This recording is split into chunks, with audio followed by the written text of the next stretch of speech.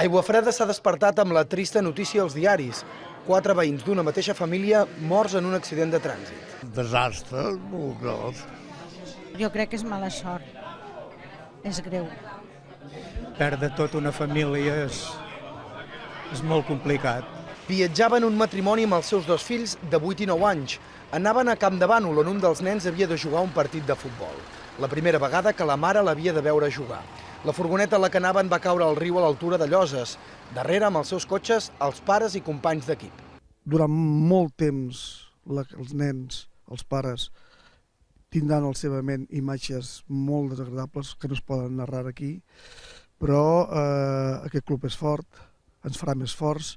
L'Ajuntament ha decretat 3 dies de dol oficial. Les banderes onegen a mig pal i aquesta tarda hi ha convocada una concentració d'homenatge i record a les víctimes. Era una família que ja feia molts anys, 13-14 anys, que estava aquí a Aiguafreda i molt vinculada al municipi. Per tant, el poble avui, la gent està destrossada. En un radi de 3 quilòmetres on va caure el vehicle, la C-17, hi ha hagut 21 ferits en els últims 2 anys. És un punt humit, no hi toca el sol i hi ha una corba tancada. Els Mossos investiguen les causes de l'accident. A les últimes hores, alguns veïns han deixat espelmes i escrits a la casa on vivien les víctimes.